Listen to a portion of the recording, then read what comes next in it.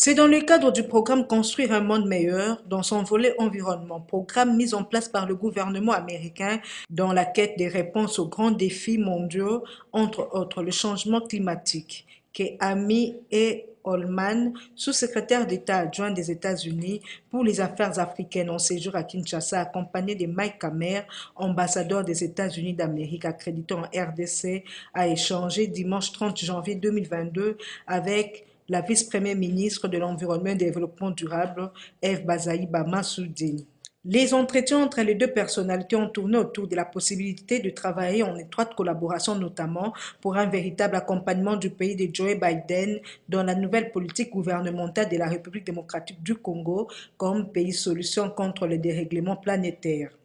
Pour l'émissaire du président américain, son gouvernement se dit disposé non seulement à apporter des financements en termes de réponses face aux propositions faites par la RDC lors de la COP26, démontrant sa ferme volonté de lutter contre la dégradation des ressources forestières nécessaires dans la lutte contre ce fléau, mais également à encourager des firmes américaines à investir en RDC. Nous étions ravis d'être accueillis par Madame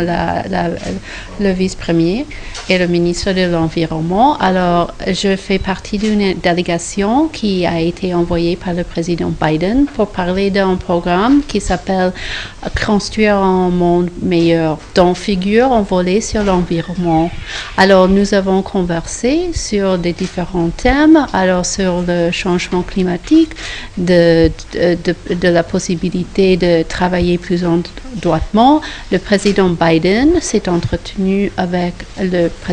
Monsieur le Président Tshisekedi lors du COP à Glasgow et nous trouvons que les actions qu'avait prises Madame la ministre et le gouvernement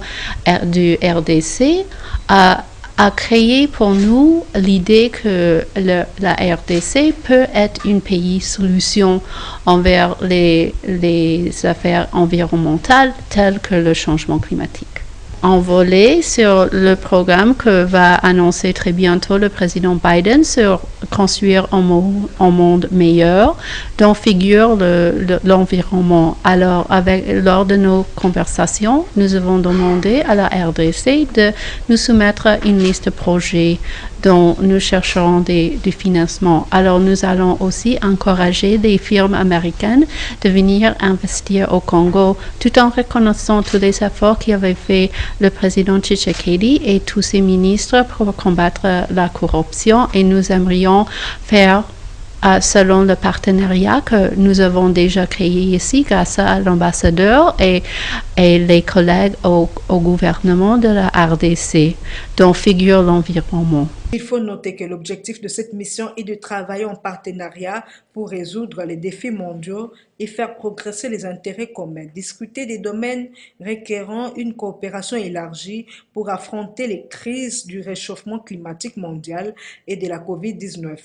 Bâtir ainsi des chaînes d'approvisionnement diverses et résistantes et créer les conditions pour d'investissements américains et internationaux.